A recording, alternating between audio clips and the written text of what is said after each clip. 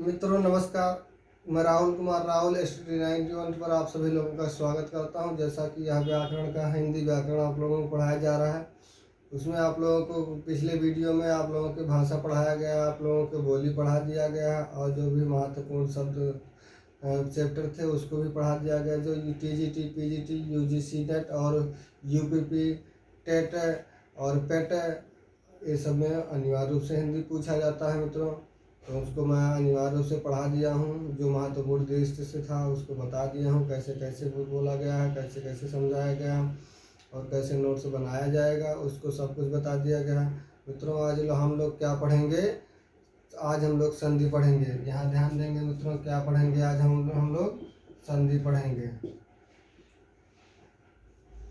देख लीजिए संधि किसे कहते हैं। यहाँ बताया जाता है दो वर्णों के मेल को, मित्रों क्या बताया जाता है? दो वर्णों के मेल को संधि कहा जाता है। संधि कहा जाता है।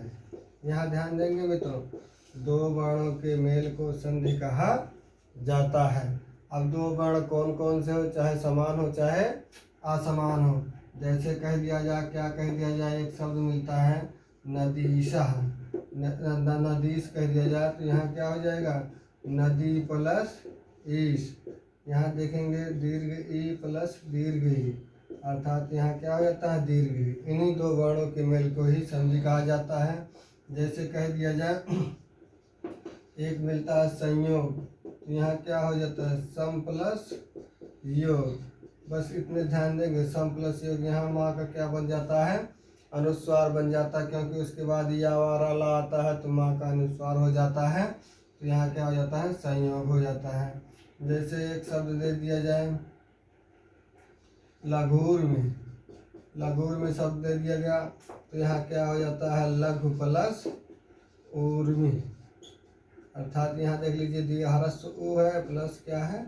दीर्घ उ। यहाँ तो क्या हो जाता है? दीर्घ उ, अर्थात इस प्रकार से लघु में शब्द सही हो जाता है। तो इसी प्रकार ध्यान देंगे, दो वर्णों के मेल को ही संधि कहा जाता है। जैसे नदीश के गिरीश कह दिया जाए, जैसे विद्यालय के शिक्षालय कह दिया जाए, इस प्रकार से इत्यादि शब्द पाए जाते हैं मित्रों। और आगे देखिए मिटा दिया जा रहा है।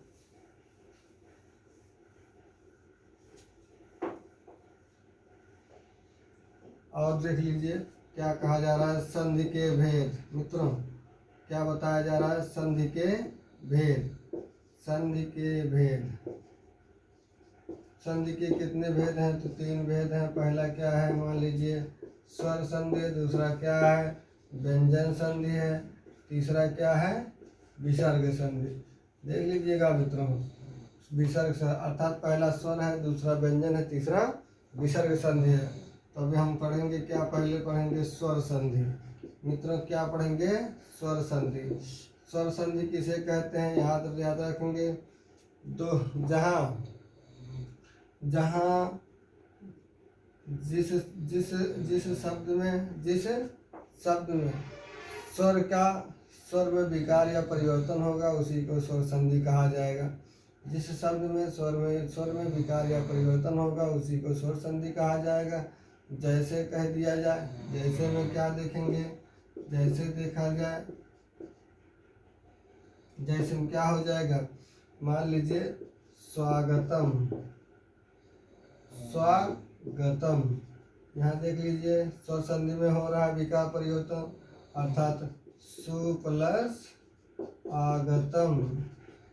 यहाँ क्या हो जाएगा? सु के यहाँ सा हो जाएगा, उसके बाद वो हो जाएगा, उसके बाद आगतम।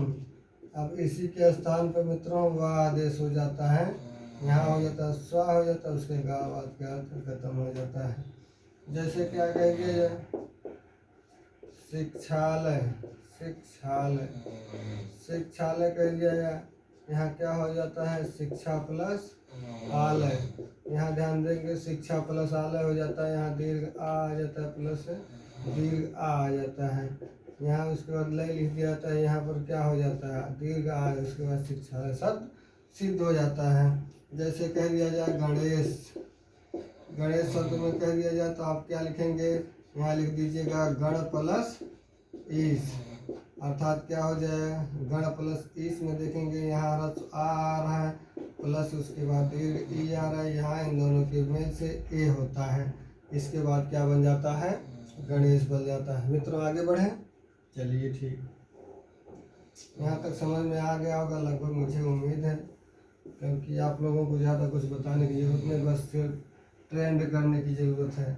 फिर उसके बाद देता है, यहाँ ध्यान देंगे आप लोग, स्वर संधि के भेद। मित्रों स्वर संधि के भेद, स्वर संधि के भेद कितने होते हैं, तो 5 होते हैं, ठीक है, 5 होते हैं। हिंदी है मित्रों, तो पहला क्या देखेंगे, पहला लिखेंगे दीर्घ स्वर संधि, क्या लिखा गया, दीर्घ स्वर संधि, दीर्घ स्वर संधि लिखा गया।